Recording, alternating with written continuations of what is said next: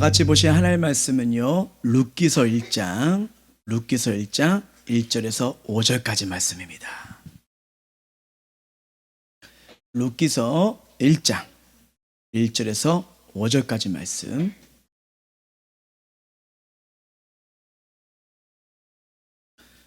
제가 가진 성경책은 구약 400이면 룻기서 1장 1절에서 5절 다 찾은 줄 알고 제가 한 절, 여러분 한 절 읽도록 하겠습니다.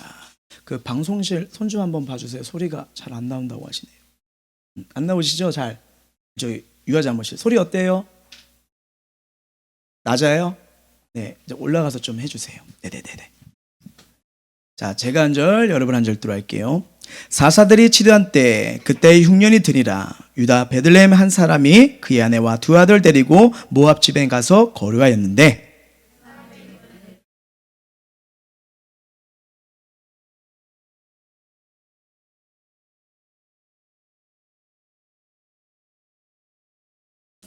나오미의 남편 엘리멜렉이 죽고 나오미와 그 두 아들이 남았으며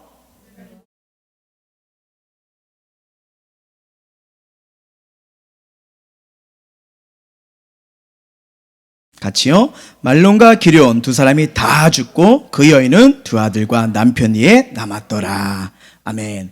우리 다 같이 믿음에 선포하도록 하겠습니다. 시작. 나는 하나님의 살아계심을 믿습니다. 나는 하나님 바라보며 다시 도전합니다. 나는 하나님이 쓰시는 위대한 믿음의 사람입니다. 무엇이든 믿음대로 됩니다. 믿음 있는 우리에게 반드시 기적은 일어납니다. 예수가 길이고 답이다. 아멘. 우리 엠보스 교회 성전 건축 기도 제목 기도하는 마음으로 함께 읽도록 하겠습니다. 시작. 십자가 보혈의 천하 엠보스 교회를 세우시고 때가 되어 약속의 땅원을 이전하여 건축하는 복을 주시는 하나님께 감사와 영광을 올려드립니다.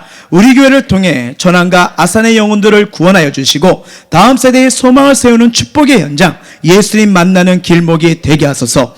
온전히 기도로 세워지는 성전이 되게 하시고 민원이 없도록 모든 주민들의 마음에 은혜를 주시고 교회 안팎으로 건축을 방해하는 이들이 없도록 목사님과 성도들이 한 마음, 한 믿음, 한 언어, 한 순종으로 하나 되게 하시며 주에 대해 걸림돌이 없도록 방해하는 어둠의 세력은 예수의 이름으로 떠나가게 하소서. 시공사인 사닥다리를 축복해 주시고 기쁨으로 주님의 성전을 먼저 생각하고 약속과 신뢰, 정직과 전문성, 차별화된 설계, 기능과 미학을 갖춘 완벽한 시공으로 행복생교회를 건축할 수 있도록 하나님의 불꽃 같은 눈으로 지켜주시며 공사의 안정과 주변의 여건과 모든 일정에 차질이 없도록 인도하사 이는 힘으로 되지 아니하며 능력으로 되지 아니하고 오직 나의 영으로 되는 나의 역사가 일어나게 하소서. 하늘물로 여사 성전 설계 건축비 빚분들이 채워지고 남는 기적을 주시며 이때를 위해 예배하신 하나님의 언신된 사람들이 많이 일어나게 하시고 오병이의 기적이 일어나게 하소서. 감사와 기쁨으로 자원해 드린 예물의 복을 주사 넉넉히 드릴 재정의 축복을 모든 성도에게 허락하여 주시고 하나님의 일을 더 크게 할 수 있도록 가정과 일터와 사업장에 한없는 복을 내려 주소서. 건축이 이루어진 순간에도 신령과 감동의 예배로 구원 없는 성도가 날마다 넘치게 하시고 행복생교회 성도들이 성령의 불을 받고 기도하고 전도하여 청전전무와 주일학교 기간에 넘치는 부흥을 주소서. 서로의 연약함과 부족함을 사랑으로 채워주시고 새 성전에서 하나님 사역을 능력있게 감당할 훈련받은 자들이 세워져서 새 성전에 들어올 만한 넉넉한 믿음의 자들로 축복하여 주소서. 담임 목사님을 하나님 오른팔에 붙들어 주소서. 한국교회와 나라의 열방을 향한 비전에 쓰임받게 하시고 온전히 사역에 집중하도록 영권, 인권, 물권, 건강을 주시고 가정의 안정과 평안을 주시고 성도들에게도 동일한 은혜를 주사 말씀과 기도로 축복받는 인생이 되게 하소서. 모든 기도에 응답하여 주시고 예수님의 이름으로 기도함나이다. 아멘. 자, 오늘도 주의 성전에 나와 함께 예배드린 우리 성도님들과 또 영상으로 예배드린 모든 성들에게 하나님이 주시는 커다란 은혜, 인도하시는 놀라운 섭리가 이루어지길 주의 이름으로 축원합니다. 우리 옆 사람 앞뒤 사람 한번 인사했으면 좋겠어요. 하나님의 은혜는 여전히 당신과 함께 하십니다. 시작. 아멘. 누군가를 혹시 깊이 사랑하신 적이 있으십니까? 눈을 감아도 눈을 떠도 그 사람이 이렇게 떠오르는 거예요. 제가 지금 그래요. 목사님 지금 결혼한 지 지금 한 14년 되셨잖아요. 저희 아내 얘기가 아닙니다. 근데 그 여인이 제 머릿속에서 지금 떠나지가 않아요. 교회 와도 생각나고 말씀을 봐도 생각이 나요. 제 눈빛들이 왜 그러시지? 아내가 아니면 도대체 누굴까? 제가 한 가지 오해되는 말씀을 더 드리면 그분은 과부입니다. 그리고 예뻐요. 더 이상 잘못 얘기하면 이제 눈치채시는 분들도 있지만 눈치 못 채시는 분은 오늘 목사님 집에 가면 머리털 다 뽑히겠다. 알다시피 누구 얘기죠? 바로 룻 얘기입니다. 룻기예요. 예, 성경의 중요한 겁니다. 자, 룻기를 읽어보신 분들은 알겠지만요, 이 주인공이 누구냐? 어떻게 보면 룻기서니까 당연히 룻이 아닐까 생각할 수 있어요. 왜냐면 이거 보시면 알지만 다 대화체로 진행이 됩니다. 근데 분량이 1장부터 4장밖에 되지 않아요. 그러다 보니까 나오미의 남편 엘리멜렉 가기도 하고요, 나오미기도 가기도 하고, 그 다음에 알다시피 우리 룻기서를 통해서 하나님의 오묘한 만남 가운데 보아스를 만나잖아요. 그러면 보아스가 주인가 하지만 아니요, 모든 성경, 특히 룻기서에도 나오는 주인공은요, 전능하신 하나님이십니다. 예. 근데 참 희한하게요, 하나님이 직접 말씀하고시나 임재하는 현장은 나타나지 않아요. 근데 이 룻기서를 보면 딱 느낄 수 있는 게 뭐냐면, 보이지 않는 하나님이 텅 빈 우리의 삶, 우리 마음을 채워가시는 하나님의 은혜를 이야기합니다. 그러다 보니까 그 방법이 뭐냐면 헤세드예요. 헤세드. 자, 히브리어로 헤세드는 뭐냐면 인애, 은혜, 사랑, 자비예요. 그래서 이제 히브리어에서 나오는 은혜는 거의 원문이 뭐냐면 헤세드라고 합니다. 헤세드예요. 그래서 룻기서의 핵심은요, 은혜, 바로 헤세드며 성경 전체의 주제입니다. 하나님의 은혜, 그리스도의 선물, 그리스도의 구원이요. 바로 이 은혜를 말하는 거예요. 그러면서 이 룻기서 1장 1절이 뭘로 시작하면은 베들레헴의 한 가정을 위하면서 이 이야기가 출발하기 시작합니다. 자, 1장 1절 한번 읽어보도록 할게요. 시작. 사사들이 지리하던 때에 그 땅에 흉년이 드니라. 유다 베들레헴의 한 사람이 그의 아내와 두 아들을 데리고 모압 제방에 가서 거류하였는데, 자, 사사는 뭐냐면 재판하다, 다스리다, 이렇게 표현되고 있어요. 그리고 알다시피 우리가 사사기를 읽어보게 되면요, 그거 뭐 다스리다, 재판을 뛰어나서 이스라엘 백성이 위기가 생겼을 때 완전 군사적인 행동으로 또 이스라엘을 살리고 보호하는 것을 보게 되잖아요. 그러니까 군사들을 확대하는 것이 바로 어떻게 보면 사사입니다. 그래서 구원자로서의 성격이 강한 게 바로 이 사사들이 치대하던 때 그 배경을 내는 거예요. 그러다 보니까 이 룻기서는요, 사사기, 그러니까 사사시대의 거의 끝물이라고 생각하시면 됩니다. 그 다음부터 왕전시대를 통해 가지고 하나님께서 사울왕을 부르는 거잖아요. 여기 부르기 이전에 사사시대의 끝부분, 배경이 바로 여긴 거예요. 근데 중요한 게 있습니다. 룻기면 룻기의 상황을 얘기해야 되는데 왜 1장 1절이 사사들이 치리하던 때라면서 이 말씀이 추가했을까요? 한마디로 이겁니다. 사사시대 때 하나님을 섬기는 신앙 방식, 그들의 모습이 어떤지를 이걸 보여주는 거예요. 자, 우리가 이 사사기를 보게 되면요, 이 성경을 여러분 계속 비슷한 내용, 똑같은 내용이라면 강조법, 즉 뭐예요? 중요하다는 것을 말씀드렸잖아요. 자, 그러면 성경은요, 이 사사시대 때, 자, 룻기도 마찬가지요, 이들의 신앙과 모습이 어땠는지를 성경은 말해줍니다. 자, 사사기 17장 6절이에요. 시작. 그때는 이스라엘 왕이 없었으므로 사람마다 자기 소견에 옳은 대로 행하였더라. 그러니까 당시 사람들도 하나님을 알아요, 예배를 드려요. 하지만 모든 일을 뭐냐면 자기의 소견에 옳은 대로 행했던 게 뭐냐? 사사시대입니다. 그러니까 하나님이 원하시는 것보다요, 자기가 원한 것이 더 중요한 게 사사시대의 신앙적, 모습적 배경과 분위기와 흐름이라는 거예요. 그래서 이 사사시대 때 사사기 룻기를 보면 사이클링이 있습니다. 계속 도는 똑같은 패턴이 있어요. 범죄가 일어납니다. 하나님을 떠나요. 그럼 하나님이 징계를 칩니다. 그러면 이들이 뭐예요? 회개를 합니다. 그리고 하나님이 구원을 해요.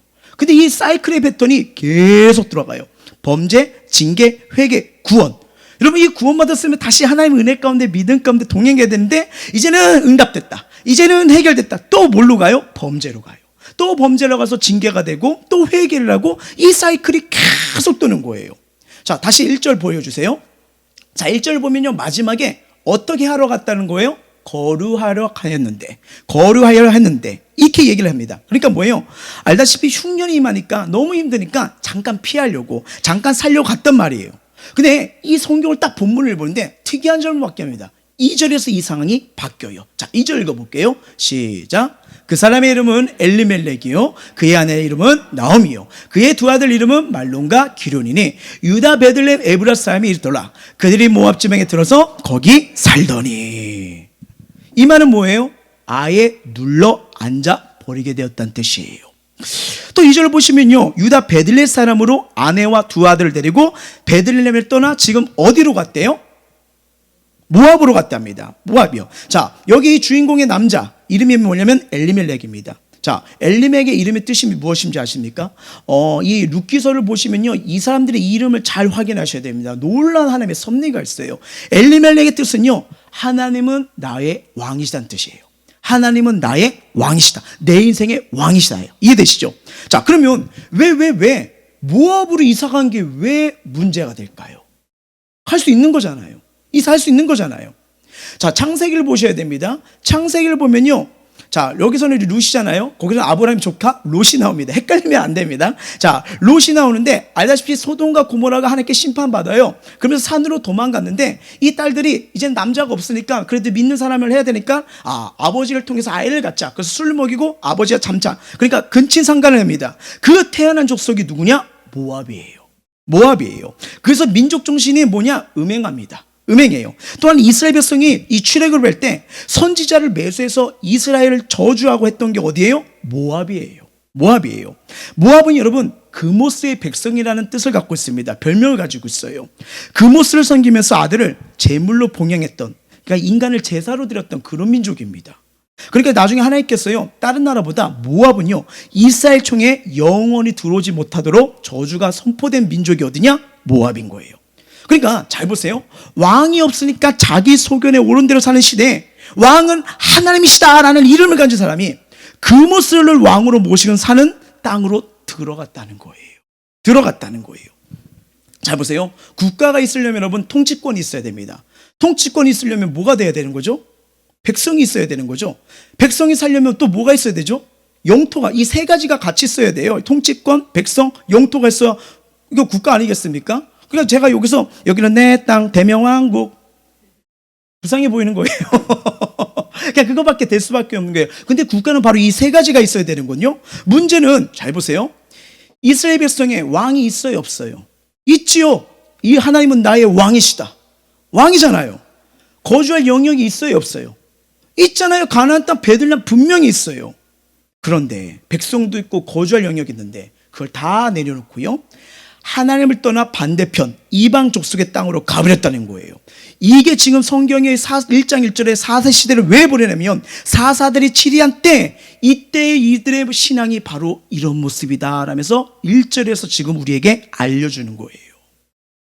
하나님을 왕으로 섬겨야 하는 하나님의 백성이 하나님을 떠나 영적인 상태를 알려주는 겁니다.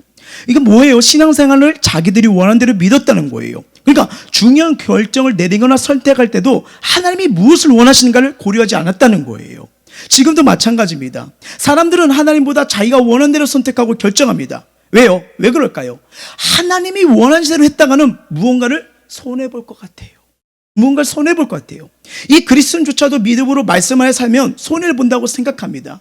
직장생활을 하거나 또 상사들을 만나고 하면 이 눈치가 많잖아요. 그렇죠? 주일날 교회 나가지 말고 일해야 돼. 아니면 술자리 가가지고 내가 다른 한 잔 마셔야 돼. 이러다 보니까 왠지 하나님 말씀은 뭔가 찔리는데 그 말씀보다는 그 상황과 환경을 따라가면 뭔지 하나님 말씀대로 가게 되면 손해를 볼 것 같다는 거예요. 그러니까 우리도 알게 모르게 세상의 방식처럼, 세상의 유령처럼 살아가려고 하는 이 습관과 이 모습이 누구에게나 있다는 거예요. 근데 한번 우리 생각해 봅시다. 돌아왔던, 또 우리 후에 했던 그 삶을 한번 생각해 봅시다. 과연 세상의 방식대로 이런 것처럼 살다 보니까 지금 더 나은 삶을 살고 계세요? 세상이 더 좋아지던가요? 여러분, 이 사사시대 때는요, 징계, 그 다음에 심판, 회개, 구원이 계속 돌아간다고 했잖아요. 참 재밌습니다. 사사기를 보면요, 7번의 심판이 오고요, 7번의 침략이 오고요, 7번의 회개가 더해지고요, 7번의 용서가 계속 반복되는 거예요. 무엇일까요? 공허와 혼돈의 시대가 반복됐다는 거예요. 하나님 말씀대로 살지 않고 소견대로 나가니까 딱 두 가지 겁니다. 공허와 뭐예요? 혼돈이요. 질서가 없고 완전 흔들렸다는 거예요.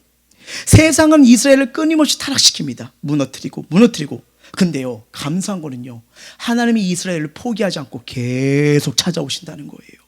계속 그들을 돌아오게 하시는 하나님의 자비, 헤세드가 보인다는 겁니다. 이 혼돈의 시대의 룻기는요, 베들레헴의 한 가정의 이야기로 시작하고 있어요.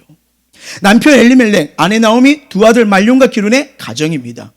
그 가정은 과거에도 평범했고요, 지금도 평범하고 어떻게 보면 앞으로도 평범할 것 같은 그런 가정이에요. 근데 흉년에 끼니를 걱정할 정도로 가난과 아픔과 고난이 온 거예요. 근데 왜 하나님은요, 이 베들레헴의 많던 가정 중에 하필 이 가정을 부르시고 이 가정을 왜 주목하실까요? 딴 거 아닙니다. 하나님이 이 가정에 대한 엄청난 섭리, 숨어놓은 열매의 씨앗이 있다는 거예요. 놀랍게도 우리는 룻기서를 보면 알죠? 이 가정을 통해 이스라엘 왕 다윗이 태어나고요, 나중에는 신약에 누가 옵니까? 예수 그리스도가 오는 길이 여기서 열리게 됩니다. 엄청난 하나님. 그래서 여러분 이 신약에 가면 예수 그리스도의 계보라 하면서 나중에 보아스가 나오는 걸 보게 되잖아요. 엄청난 이 가정에, 평범한 가정에 하나님의 뜻과 계획과 꿈이 심어져 있다는 거예요. 아마 그들은요, 자신의 가정에 이렇게 엄청난 은혜의 섭리가 있으라고 감히 꿈도 꾸지 못했을 것입니다. 그죠? 어느 먹고 살기도 버거운 가정에서 뭐 왕이 나온다는 걸 이거 어떻게 우리가 상상할 수 있을까요? 그래서 여러분 인생은요, 인간의 시선으로 보느냐 하나님의 시선으로 보느냐, 거기서부터 달라지는 건데, 하나님의 시선을 보면요, 내 삶에 숨겨둔 하나님 은혜를 발견하게 될 줄 믿습니다. 1890년이에요 미국 인디애나에서 한 사나이가 태어납니다. 그런데 그가 6살 때 아버지가 돌아가십니다. 그는 어머니가 일을 하신 동안 어린 동생을 돌보며 종종 요리를 했고요, 10살 때부터 농장에서 일을 했습니다. 그 12살 때 어머니가 재혼하여 혼자 나와 살게 된 거예요. 그는 젊은 시절 보험 판매원, 타이어 영업사원, 주유소 직원 등 여러 가지 힘들을 하다가 22세 때 램프 제조 판매를 하다가 다 망했대요. 이후 힘든 직장 생활 열심히 저축한 돈과 퇴직금으로 39에 미국 켄터키주의 코비드라는 작은 도시에서 조그만 주유소를 차리기 시작합니다. 39세 때 주유소 경영에 뛰어든 그는요, 이 대공황으로 인해 또다시 전 재산을 날리게 되는 거예요. 계속 실패가 됩니다. 그다가 40세 때 다시 주유소를 경영하다가 어느 날 이 주유소에 들린 한 세일즈맨이요, 코빈에는 마음에 드는 식당이 하나도 없어 하는 이 투덜대리는 소리를 듣고요, 자신이 식당을 차릴 생각을 가져요. 요리는 어릴 때부터 해봐서 나름 자신 있었기에 자신이 경영하는 주유소 뒤에다가 그 작은 창고를 개조해서 식당을 차립니다. 메뉴는요, 딴 거 아니에요.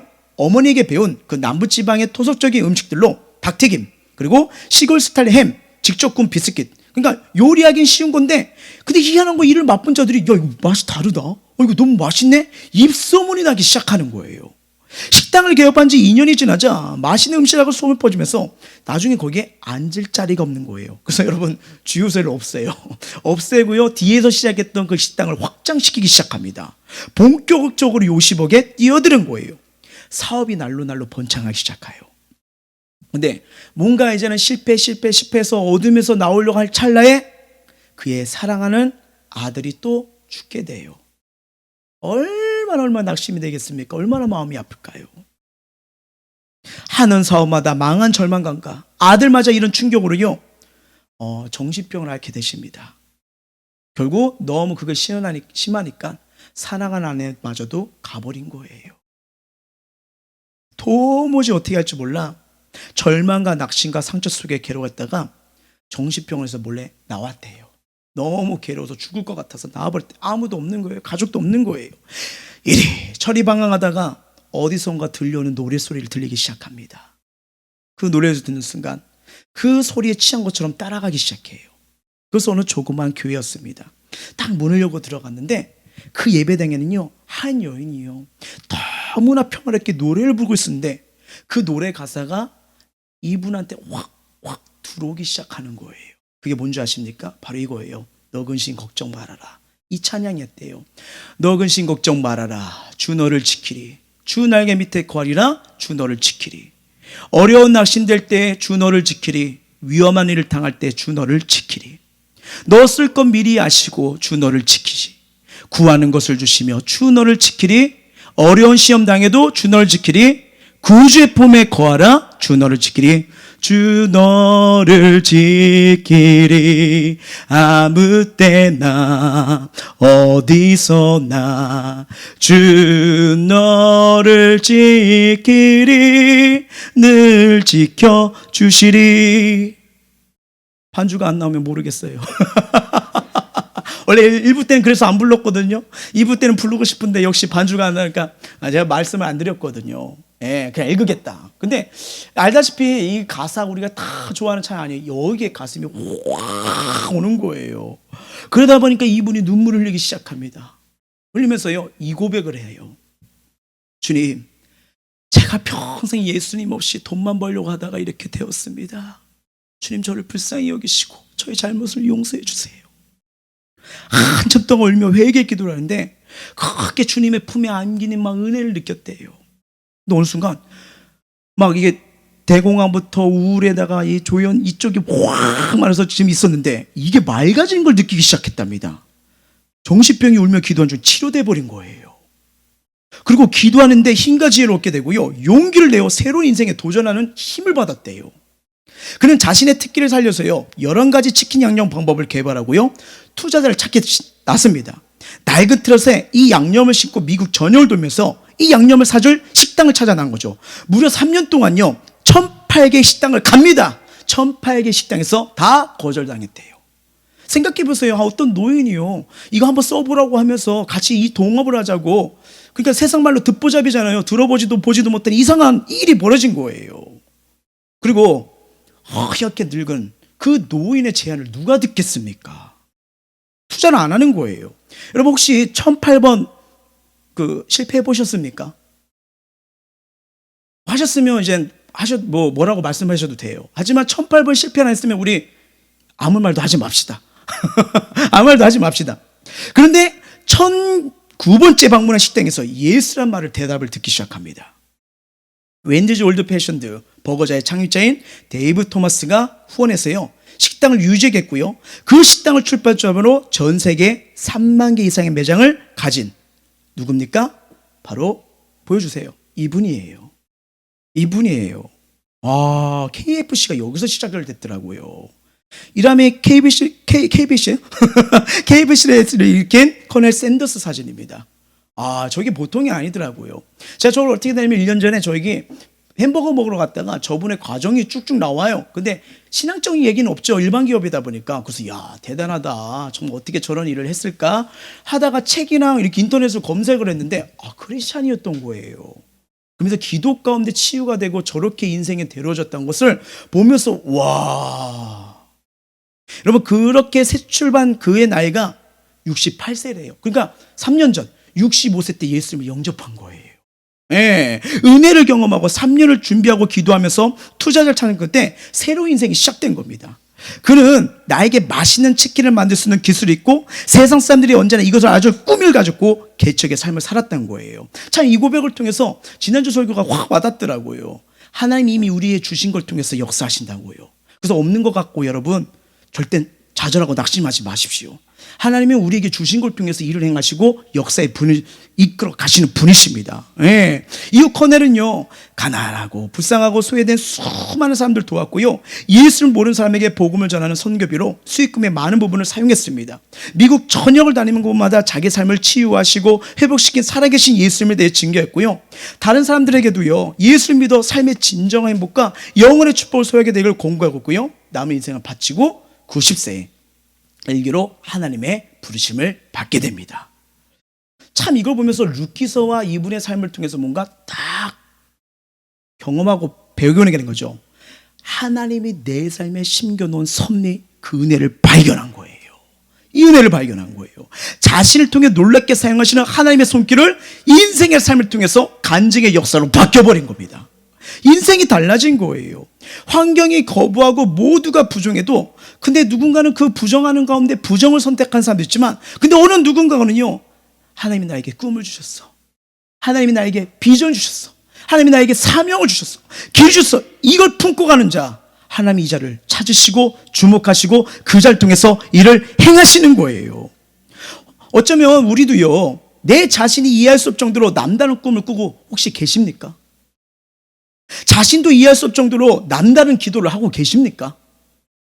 어떤 상황에서 절대로 그 꿈을 하나님 주신 거라면 그 기도 놓치시기 마시길 바랍니다. 아예요. 하나님은요 아브라함에게 보여주셨잖아요. 수많은 별들처럼 너를 이렇게 민족의 통로로 보게통으로 삼을 거다. 근데 자신을 보니까 뭐예요? 아이 하나가 없어요. 그러니까 자기의 종을 상급자로 삼게 해주세요. 아니면 뭐예요? 나중에는 이스마엘이나 삼게 해주세요. 근데 하나님은 계속 나오는 게 뭐예요? 너로 말미암아 씨로 나올 거예요. 그게 누구예요? 이삭이요. 하나님 말씀은 반드시 성취된다는 거예요. 반드시 이루어진다는 거예요. 하나님 반드시 살아계십니다. 나에게 주신 말씀, 꿈, 기도 놓치지 마시길 주의 이름으로 축원합니다. 그런데 상황과 환경을 볼 때요, 우리가 하나님의 뜻대로 살려고 해도 이게 참 쉽지가 않아요. 그러다 보니까 인생의 시련이 닥치면요, 하나님이 받았던 은혜가 있어요. 말씀이 있어요. 근데 시련이 오고 환란이 오고 고통이 오면요, 우린 참 연약해서 또 무너지는 거예요. 1장 1절이 바로 그건 겁니다. 다시 한번 읽어볼게요. 시작.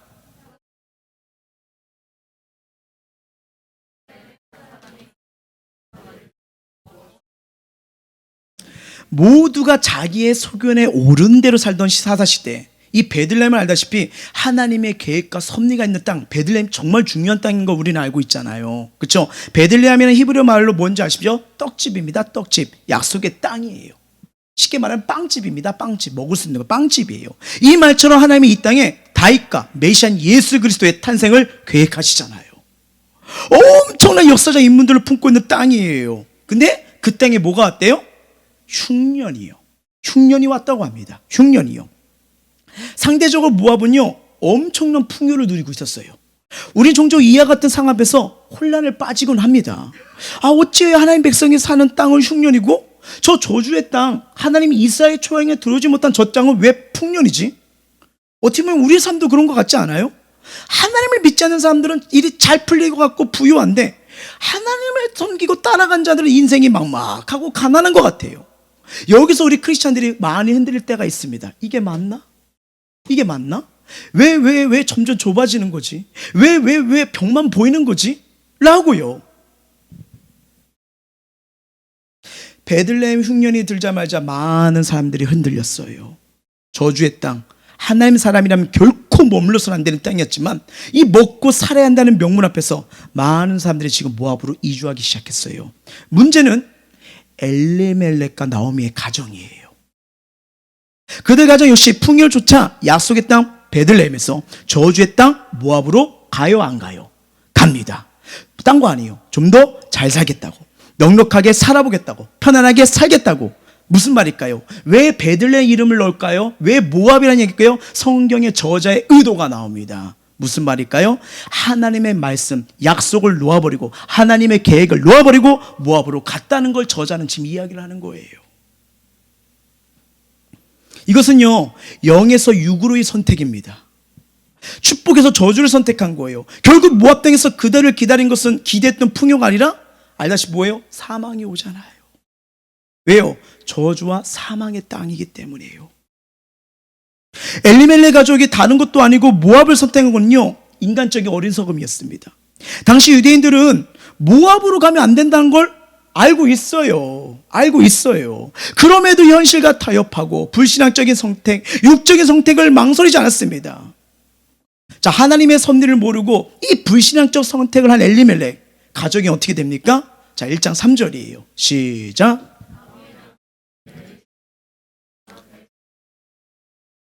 엘리멜렉 뜻이 하나님은 나의 뭐라고요? 왕이시다라고 말씀드렸어요. 엘리멜렉은 마땅히 하나님이 주인 되시고 왕 대신 삶을 살아야 되는 게 맞아요. 그의 이름에 하나님의 뜻이 담겨져 있고 이 가정에 하나님의 섭리가 있는 거 우리 알고 있잖아요. 그러면 여러분, 두 아들의 이름, 제가 아까 설교 초반에 말씀드렸죠. 이 성경에 나오는 사람들의 이 인물이 다 중요한데 여기 나오는 이분, 이 두 아들 말론과 기련의 이름의 뜻이 뭔지 아십니까? 말론이요, 병치레입니다. 기련은요, 약골, 세약함이에요. 자, 이제 뭔가 스토리가 딱 맞아 떨어지죠. 하나님을 왕으로 섬겨 즐거움을 누려야 할 자들이 하나님을 떠나 세상으로 가니까 어떻게 해요? 그 가정이 병약해지고 그 사람들이 세약해진 거예요. 병약해지고 세약해진 거. 이것이 하나님을 떠난 자들의 영적인 상태이자 그 당시 이스라엘 사사시대의 모습이라는 것, 성경은 이야기를 하는 거예요. 엘리멜렉은요, 어떠한 상황에서도 하나님의 원하심이 무엇인지를 중요하게 생각할 사람들이었어요. 하나님이 그들도 알지 못하는 놀라운 섭리, 왕의 계보의 시작이란 비전을 그 가정에 담아놓기 때문입니다. 세상 사람들이 모두 자기 원하는 대로 살아도요, 엘리멜렉 가정은 그렇게 살아서는 안 된다는 것을 지금 말씀을 보여주고 있는 거예요. 다른 가정은 풍요를 쫓아 모압으로 갔어도 이 가정은 약속의 땅 베들레헴에 남아 절대 믿음을 가지고요, 흉년을 잘 인내했어야 했습니다. 그런데 그 가정은요, 절대 믿음을 놓아버린 거예요. 결국 풍요를 쫓아왔는데 풍요는 누려보지 못한 채 죽음의 고통이 이 가정을 지배하기 시작합니다. 고통과 흉년을 피해 떠났지만 더 큰 눈물과 고통이 와버린 거예요. 참 이것을 묵상해 봤습니다. 또 주석을 보면서요, 기도하면서 다시 봤습니다. 왜 하필 엘리멜렉과 나오미 가정이었을까? 아까 분명히 말한 것처럼 흉년을 피해 이 가정뿐 아니라 그 당시 분위기가 그러니까 다른 가정들도 다 이곳으로 이주한 거 아니겠어요? 근데 하나님은요, 다른 가정은 모르겠어요. 안 나오니까. 모르겠는데 왜 유독 엘리멜렉 가정을 향해서 너희는 안 돼, 너희는 그렇게 가면 안 돼, 너희는 그렇게 살면 안 돼, 왜 이렇게 하시는 걸까요? 자, 먼저 이들이 모압으로 이주하기 전 살던 곳이 어디라고요? 베들레헴이에요. 문자적으로 뭐라고요? 떡집, 하나님의 약속, 쉽게 말하면 빵집이에요. 그렇죠? 즉 하나님의 말씀이 성취되는 현장이라는 거예요. 먹고 살기 어려서 하나님의 말씀을 저버리고 따니까 어떻게 인생이요? 재앙으로 바뀌어버렸다는 거예요.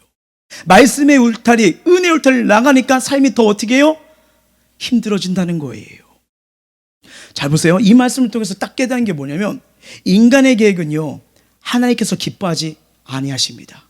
그리고 하나님이 기뻐하지 않는 계획은요, 희한합니다. 한순간에 깨지기 시작합니다. 자, 성경이 이걸 말해요. 자, 두 구절 한번 읽어볼게요. 시작. 사람이 마음으로 자기 일을 계획할지라도 그의 걸음을 인도하시는 이는 여호와시니라. 분명히 사람은 자기의 시기도 알지 못하나니 물고기들이 재난의 그물에 걸리고 새들이 올무에 걸린 같이 인생들도 재앙의 날이 그들에게 홀연히 임하면 거기에 걸리느리라. 만약에 엘리멜렉과 나오미가 하나님 인도하시는 게 모압입니까? 기도했으면요. 근데 이건 기도할 필요가 없는 거잖아요. 하나님은 그 땅을 가라고 한 적도 없고요. 모압 땅은 이스라엘 백성이 피해야 할 곳인 거 이미 알고 있잖아요. 왜 묻지 않았을까요? 하나님 뜻대로 살기 싫은 거예요. 내가 원하는 대로 살고 싶은 거예요. 알면서도 가버린 거예요. 알면서 선택을 해버린 거예요. 그러니까 어떻게 하죠? 하나님 기뻐하지 않는 계획이 다 산산조각이 나기 시작하는 거예요. 아무리 힘들어도요, 하나님의 말씀이 있는 곳에 머무는 것이 복인 줄 믿습니다. 하던 사업이 부도 위기가 있고 가정에 우환이 찾아와도 낙담이 이만저만이 아니라도 힘들고 어려운 상황일지라도 하나님의 말씀을 떠나서는 안 된다는 것을 이 루키서는 우리에게 말씀해 주고 있는 거예요.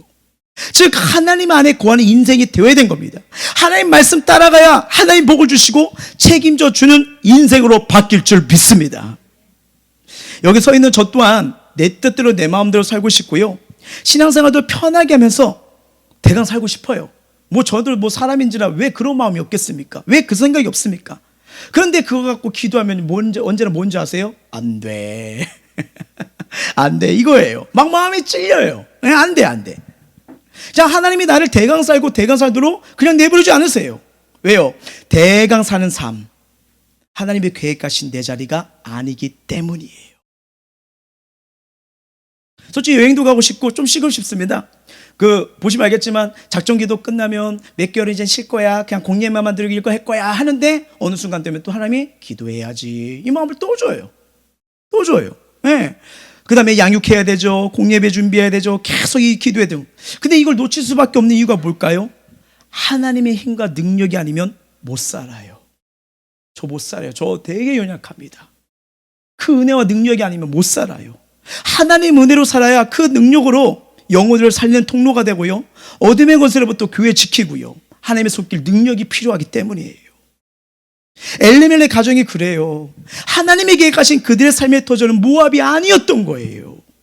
그들은 아무 곳에서 살고 싶은 대로 살아도 되는 그런 계획 가정이 아니었던 거예요. 물론 세상 안에서요, 믿음을 지켜내는 거 결코 쉽지가 않아요.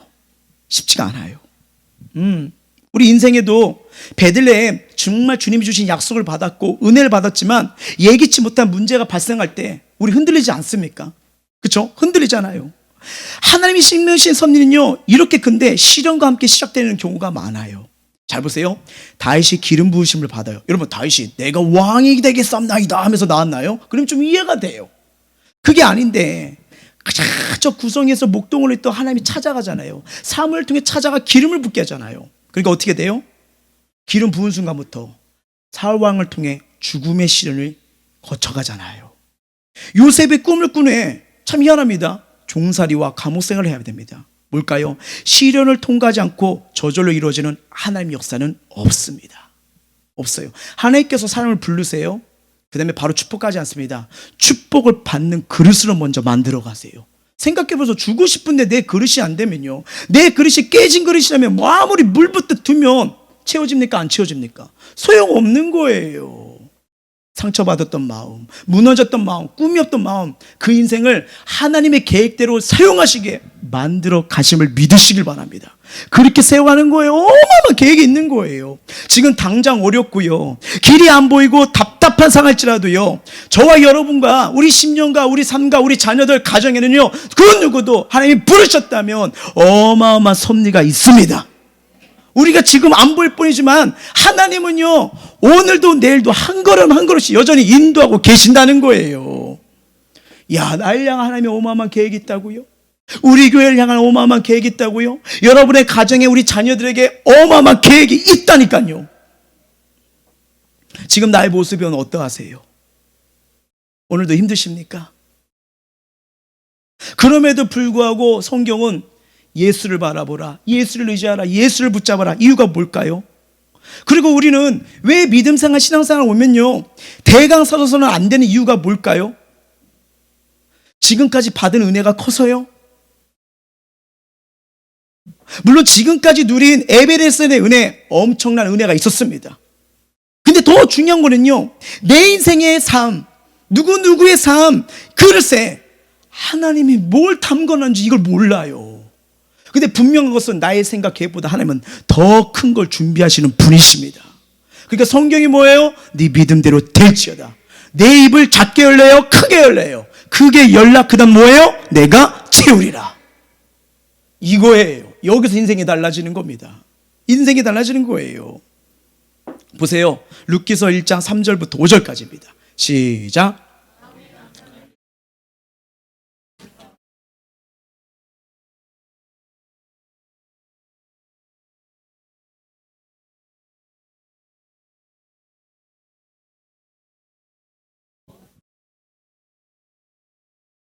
아멘. 여러분, 이게 보면 이 성경의 저자의 의도가 또 보이기 시작해요. 지금 누구만을 남은 걸 강조하는 것 같아요? 나오미죠. 자꾸 이름이 나오잖아요. 나오미요. 그게 뭐예요? 절망이고 좌절이고 끝났다는 거예요. 여러분 생각해 보세요. 남편도 죽어요. 대를 이은 두 아들도 죽어요. 고대에서 남자가 없다는 것은 여러분 모든 희망과 좌절 끝난 겁니다.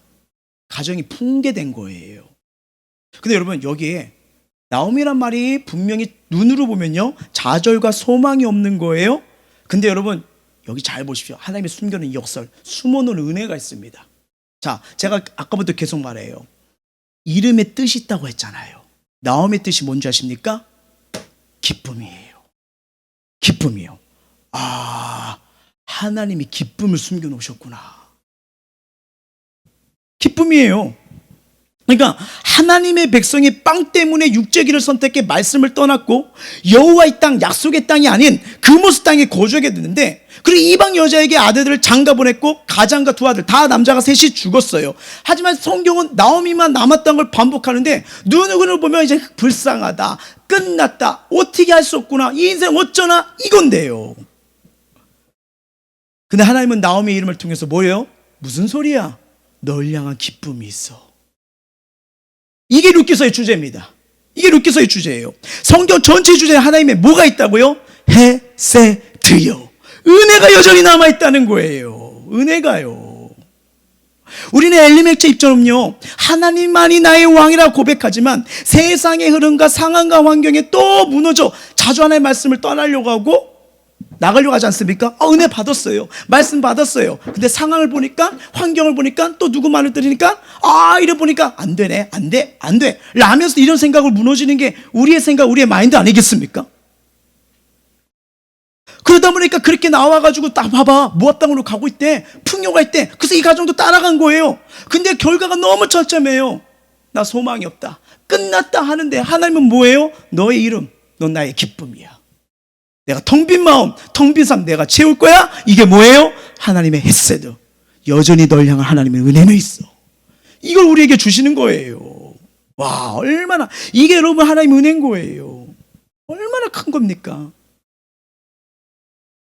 때론 우리도 이 말씀을 붙지만 약속을 또 저버리고 낙담하고 좌절하고 미워하고 비방하고, 그러니까 어때요? 말륜과 기름처럼 몸과 영혼이 쇠약해지는 거예요. 참이하죠. 여러분 힘든 상황이 있을지라도 주님 바라고 말씀 부엽잡잖아요. 평안과 기쁨이 옵니다. 근데 세상이 원하는 것처럼 담대히 나가잖아요. 근데 이상해요. 돈이 있어도 뭐 이것저것 잡아도 되는 것 같더라도 막 이럴지라도 마음에 평강과 기쁨이 없어요. 왜요? 하나님 방법에는 어떤 상황에도 돼요, 평강과 은혜와 소망이 넘칩니다. 다니엘을 보세요. 사자굴 속에 들어간도 다니엘가 어디 쫄았다, 하나님 못 맡겠다 단어가 나옵니까? 담대하잖아요. 그리고 하나님의 살아계신 기적을 보여주잖아요. 사자굴에서 살아남잖아요. 다니엘 세 친구도 풀물불 가운데서 그들을 풀물 속에 집어넣었던 이 병사들은 다 죽어버렸는데 3명이 들어갔는데 나중에 왕이 뭐예요? 뭐냐, 우리가 저 물 속에 3명을 집어넣었는데 왜 4명이 있느냐. 근데 그 한 명은 하나님의 아들 같은 형상이구나. 여러분, 저와 여러분에게 숨겨진 이 하나님의 섭리와 이 은혜를 발견하면요, 하나님 반드시 간증의 역사, 축복의 역사, 역전되는 은혜를 주실 줄 믿습니다. 정말 이게 중요한 게, 이게 룻기서에서 보여주는 거예요. 보여주는 거예요. 근데 우리가 이 하나님을 바라볼 때는 어쩔 때는, 하나님을 바라보지 않을 때는 원망스럽고 불평하기도 합니다. 하나님이 계신 거 알면서도 언젠간 나도 정신 차리려 하면서 일부러 또 주님의 말씀을 멀리해요. 은혜를 멀리하는 거예요. 자꾸 베들레헴에서 모압을 가는 것처럼 이젠 교회와 멀어지려고 하는 거예요. 어떨 땐 대놓고요, 예수 안 믿는 것처럼 행동하고 이제 세상 친구들과 갈 때까지 가기도 하는 게 우리의 연약함 아니겠습니까? 하지만 기억하세요. 우리가 어떤 일을 하든 무슨 일을 해도요, 다시 하나님께 돌아오고요, 여전히 나의 하나님 앞에 심어놓은 그 은혜를 발견한다면요, 하나님의 은혜는 여전히 나를 붙들고 있습니다. 징계 중이라도 하나님의 햇새들은 남아있어요. 마음이 아프고 괴로움으로 텅 빈 우리를 나오미의 기쁨을 채워줄 분은 우리 여호와 하나님이십니다. 그러니 아무리 힘들고요, 고통 중에 삶이 끝이구나라는 생각되는 인생의 흉년이 찾아와도요, 차라리 사는 것보다 죽는 게 더 낫다고 생각되는 밤이라도요, 아무리 생각해도 내 곁에는 아무도 없구나 하는 외로움이 내 마음에 꽉 틀어막고 앉아있어도요, 주님은 뭐라고 말씀하세요? 여전히 내가 너와 함께하고 있다, 널 향한 은혜는 여전히 있다고 말씀하고 있음을 믿으시길 바랍니다. 여기에 소망이 있는 거 아니겠습니까? 이 사실을 믿음으로 받고요, 삶으로 반응하는 게 중요하잖아요. 물론 나의 직장, 나의 삶, 우리 가정도, 내 인생의 모습도 지극히 평범할 수 있어요. 겨우 먹고 사는 정도일 수 있어요. 근데 우리 하나님은요, 그 평범한 가운데 하나님은 창조 역사를 이루어 가시는 분입니다. 창세기를 말하는 게 뭐예요? 이 땅에 아무것도 없잖아요. 흑암이에요. 공허해요. 근데 하나님이 뭐예요? 말씀으로 빛을 창조하시고 모든 걸 창조하시지 않습니까? 하나님이 말씀하시고 손길만 하면요, 창조의 길이 보이기 시작한다는 거예요.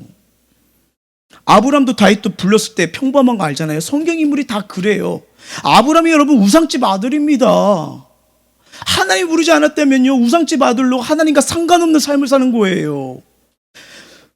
다윗은 뭐예요? 그냥 목동 치는 거예요. 가장 많다는 일을 누구한테 시켜? 목동이를 하게 했거든요. 근데 다 누가 불러요? 하나님이요. 저와 여러분도 누가 불렀어요? 하나님이요. 하나님이 그들을 주목하여 찾아내고 그들을 하나님의 사람으로 만들어 가버리시잖아요. 다른 사람이 나를 봐도, 내가 나를 봐도 별것 없는, 내세울 수 없는 그런 연약한 자 있어요. 괜찮아요. 하지만 내 삶엔 하나님의 은혜가 있어. 하나님이 나에게 주신 꿈이 있어, 비전이 있어, 능력이 있어, 사명이 있어, 이끄시는 축복이 있어. 이걸 발견한 사람은요, 인생이 달라져요. 인생이 달라지는 거예요. 사탄의 공격이 뭔지 아십니까? 스스로 저평가합니다. 자존감 확 꺼트려버려요. 상처로 그냥 이런 걸로 여러 가지만 확 깎으려는 거예요. 그래서 현실에 매개하고 오늘의 나만 보게 합니다. 네 모습 봐봐. 그래서 사탄은 지금 처한 상황 가장 연약한 모습을 보도록 어떻게 해요? 시야를 좁혀버려요. 그래서 미래의 내 모습, 내게 담긴 하나님의 놀라운 은혜의 축복 섭리를 결국 뭐게요? 포기하게 만듭니다. 은혜 자리에서 떠나게 만드는 거예요. 잘 보세요. 사탄은요, 형제들 통해서 요셉을 죽이려고 한 게 아니에요. 그 악한 영들은요, 뭘 했냐? 요셉 안에는 하나님의 섭리, 꿈을 알잖아요. 그걸 끊어버리려고 했던 거예요. 요셉을 죽이는 목적이 아니라 꿈입니다. 꿈. 하나님이 요셉을 통해서 이스라엘 뿐 아니라 온 세계를 구원하는 통로가 됐구나. 엄청난 계기요. 그래서 여러분, 하나님 주신 말씀대로 걸어가고 있으세요? 버티세요. 이미 고난 다음 축복입니다. 이미 어둠이 먼저 건들기 시작해요.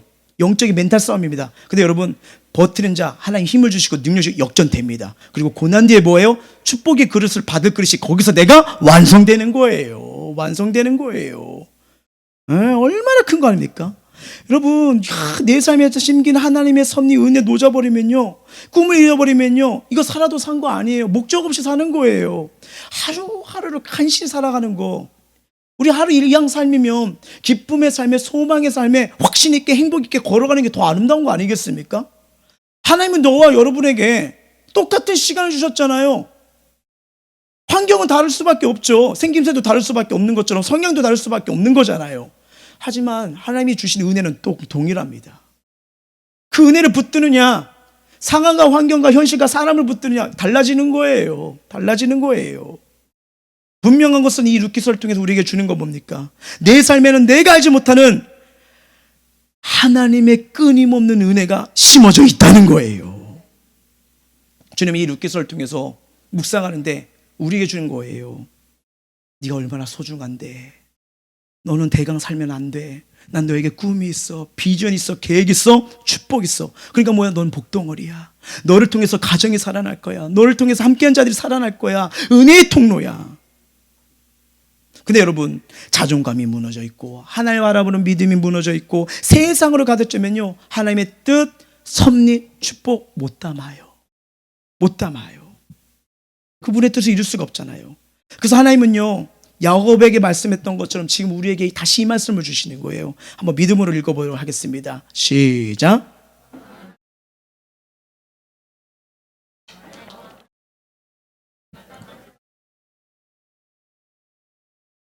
내게 이르기를 너는 나의 종이라. 내가 너를 택하고 싫어하여 버리지 아니했다 하였노라. 두려워하지 말라. 내가 너와 함께함이라. 놀라지 말라. 나는 내 하나님이 됨이라. 내가 너를 굳세게 하리라. 참으로 너를 도와주리라. 참으로 나의 오른손으로 너를 붙들리라. 주님은 나와 함께하고 붙잡아 주신대요. 그리고 9절 보세요. 9절 하반절 보세요. 내가 너를 택하고 싫어하여 버리지 아니했더라. 여러분, 생각, 마음, 삶 무너질수록 말씀 속에 돌아오시길 주의 이름으로 축원합니다. 그냥 여러분, 나를 묵상하면 묵상할수록 좌절해요. 육신의 생각은 절대 하나님 기쁘게 할 수 없는 것처럼 연약할수록 날수록 하나님 말씀 붙드시길 주의 이름으로 축원합니다. 이게 되게 중요한 거예요. 날 포기하지 않는데요, 버리지 않는데요. 내 자신이 알고 있는 너 말고 나만이 아는 하나님의 엄청난 계획이 있다는 거예요. 좀 우리 유아자매실 아기들이 만나 예쁘게 놀잖아요. 제가 조용 한 명 듣고 와요. 듣고 가지고 너 앉아봐. 예배 잘 드려야 돼. 왜냐면 지금 공 갖고 놀 때야. 자, 널 향해 하나님의 엄청난 계획과 축복이 있어. 너는 중학교, 고등학교를 가야 되고 대학교는 그래 스태포드 가자. 거기서 이렇게 배우자. 이 얘기하면 애들이 알아요? 기도해 주는 거죠. 응원해 주는 거죠. 그러면서 한 걸음 한 걸음 가는 거잖아요. 그 꿈을 위해서 지금 저 아이들을 대학교에 집어넣으면요, 이렇게 가시는 거예요. 하나님이요. 엄청난 계획이 있는 거예요. 여러분, 저 아이들이 저 말씀의 현장에 있는 거 복입니다. 그리고 저 현장에서 말씀 듣는 거, 기도 드는 거, 나중에 그 축복대로 기도도 되더라고요. 이게 신앙생활 하면서 그걸 많이 봤어요.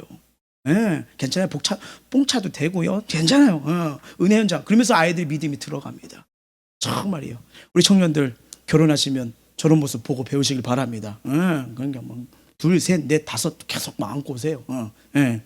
이렇게 넷, 다섯 하면 지금 몇 명 청년들은 일단 결혼하고 나봐요. 일단 낳고 얘기해요. 결혼하고 아직도. 근데 중요한 거는요, 하나님께서 오면 섭리요. 왜요? 어린아이부터 어른까지 그 누구든 간에 하나님의 형상대로 창조됐다는 거는 하나님의 숨결을 불었잖아요. 뜻이 있고 꿈이 있고 비전이 있다는 거예요. 알다시피 여러분, 샌더스는요 68세 때 그렇게 쓰임받을 줄 누가 알았어요? 모세는 여러분 80세에 부름받습니다. 우리 희망 있어요. 희망 있어요. 이게 이렇게 연세도 있는 분들 있지만 대다수 이렇게 보게 되면 지금 나이에 인생 2배 합쳐도 모세 나이 지금 못 따라가잖아요. 그렇잖아요. 우리에게 엄청난 은혜와 능력과 기회가 있다니까요. 엄청 귀한 거예요, 귀한 거. 자, 말씀 맺도록 할게요. 자, 한 주 동안 말씀을 묵상하면서 이렇게 이 책 저책 보다가 있다가 그다음에 미션 라이프에 나온 그 간증 이야기가 가슴에 확 와더라고요. 예. 제가 나온 간증 이야기를 한번 읽어드릴게요. 사모 주얼리오 2011년 1월 15일 소말리아 해적에 피랍됐다. 해적은 기고만장했었다. 1년 전 한국 국적의 초대형 유재선 사모 드리모를 납치해 950만 달러라는 사상 최대의 석방금을 뜯어내 자신감에 차 있었다. 탕탕탕. 1월 21일 오전 5시 42분 아데만의 총성이 울려 퍼졌다. 해적들은 당황했다. 만만하게 봤던 대한민국 해군이 기습작전을 펼치라고는 예상하지 못했기 때문이다. 사모 주얼리를 장악했던 해적들은 맥없이 쓰러졌다. 8명은 사살됐고 5명은 생포됐다. 한국인 8명을 포함해 21명의 선원은 아무런 희생 없이 모두 구출됐다. 세계 최초의 해상 인질 완벽 구출작전 아데만 여명작전이다. 들어보셨죠? 2011년이요. 아데만 여명작전이요. 해적의 총탄을 뚫고 선장과 선을 구출한 진짜 영웅은 300명의 해군이었다. 그 정점에 조영주 예비역 제독이 있었다. 바로 저분입니다. 예, 저분이에요. 인터뷰에서요, 조제독은요, 저번에 이번에 이제 그 간증책을 냈거든요. 크리스찬이더만요. 그 제독에서 이분은요, 인질 때문에 이러지도 저러지도 못한 상황 속에서 할 수 있는 것은 하나님께 무릎 꿇는 것이었다. 평소 신조대로 근심 걱정 염려는 하나님께 내려놓고 기도로 바꿔라를 기억하며 함장 책상 앞에서 털썩 무릎 꿇고 간절히 기도했다고 회고합니다. 청해부대 현장 지휘관이었던 이 조제독은요, 1982년 해군사관학교에 입학하면서 진구해군으로 신앙생활을 시작했대요. 졸업 후 홍은혜 여사가 운영하던 이 다락방 생활을 했고요. 이곳은 술, 담배를 하지 않고 성경 공부에 힘쓰고 새벽 기도를 드리는 크리스찬 장구의 보금자리였대요. 그는 작전 일주일 내에 눈을 붙이지 못했다고 합니다. 1차 구출 작전을 벌이다가 해적이 기관총을 난사해 장병 3명이 총살을 당한 사건이 발생했기 때문에 이 두려움이 있었던 거예요.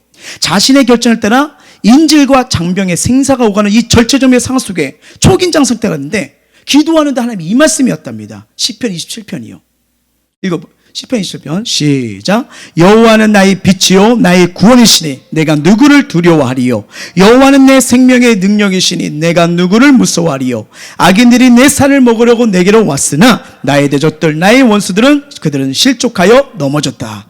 그 이 말씀이 확 오는데 그렇다. 성경 말씀에 온몸에 전기가 통하듯 전율이 느껴졌다. 그래서 주님의 음성이 들었대요. 영주야, 내가 위험을 무릅쓰도록 해라. 내가 너와 함께 할 것이다. 분명 주님의 음성이었다. 그때 몸과 마음이 이상한 만큼 안정되고 평온함을 유지할 수 있었다. 여러분, 하나님이 역사하시면 평안이 온다고 했잖아요. 다 동일한 고백입니다. 지금 이 생명이 오가는 전투 현장이잖아요. 새벽 4시 공격 개시를 앞두고 그는 전투지에서 함장실로 잠깐 나왔다. 그리고 무릎을 꿇고 두 손을 들어 전능하신 하나님께 간절히 기도했다. 하나님 도와주소서. 이 환난에서 건져주소서. 다시 전투지에서 돌아온 그는 명령했다. 작전 개시. 결과는 대성공이었다. 바로 저 장면입니다. 그러면서요, 이 조영주 예비역 제독의 고백이 바로 이거예요. 32년 6개월 동안 함정병과 장교로서 해육상 주요 보직을 두루 역임하셨던 원능력은 하나님의 말씀이었다. 특히 극도의 중압감소 특수작전을 전개했었던 리더십 비결은 새벽 기도를 할 때 주셨던 하나님의 말씀이다. 너는 범사에 그를 인정하라. 그리하면 내 길을 지도하시리라. 금그릇이든 은그릇이든 나무그릇이든 겸손하게 깨끗한 그릇으로 쓰임받으려고 힘썼더니 주님께서 모든 기도 제복에 응답해 주셨다. 참 이걸 보면서요, 와, 우리는 그냥 하나님을 아는 자로 기계처럼 하나님 믿는 자로 부르신 게 아니라는 거예요. 아니라는 거예요. 그 누구도요. 나의 삶이 누구 손에 있고 누가 내 삶을 이끌어 가신지 그것을 보라는 거예요. 루키서를 통해서 그걸 보라는 거예요. 이것이 뭡니까? 은혜입니다. 하나님이 여전히 나를 붙들고 있구나. 나를 포기하지 않고 있구나. 내 삶을 돌보고 싶구나. 이게 은혜라는 거예요. 더구나 주님의 자녀로 부르심을 받는 축복을 받았는데 하나님을 떠나 사는 건 벌써 생명을 떠난 걸로 똑같은 거 아니겠습니까? 물고기가 물을 떠나면 어떻게 됩니까? 죽은 거나 마찬가지로요, 이 사람이 생명의 근원, 은혜의 근원, 축복의 근원을 떠나면요, 그분의 도우심 없이 살아가면요, 이 삶에 위로와 소망을 발견할 데가 없는 거예요. 베들레헴 떠나 모압 땅에 가처럼 그런 저주와 아픔과 슬픔이 계속되는 거예요. 저와 여러분, 모든 상황 가운데 세상이 흔들리고 유혹에 흘러가도 여러분, 하나님이 여전히 날 붙들고 계시다. 그분이 은혜를 주고 계시다. 그분이 날 돌보시고 있다. 그분이 나에게 심겨진 오묘한 뜻이 있다. 내 인생을 향한 하나님의 꿈과 은혜가 있다. 말씀을 통해 받으신 분들 있을 거 아니에요. 기도 가운데 받으신 거 아니에요. 흔들지 마십시오. 무너지지 마십시오. 하나님의 오묘한 은혜가 지금도 저와 여러분을 붙들고 있습니다. 은혜가 있는 거예요. 이 마음에, 야, 내 삶에 하나님의 은혜가 여전히 남아있구나. 이 믿음으로 다시 승리하시길, 다시 일어나시길, 다시 회복하시길 주의 이름으로 축원합니다. 우리 찬양하면서 주님 앞에 서길 원해요.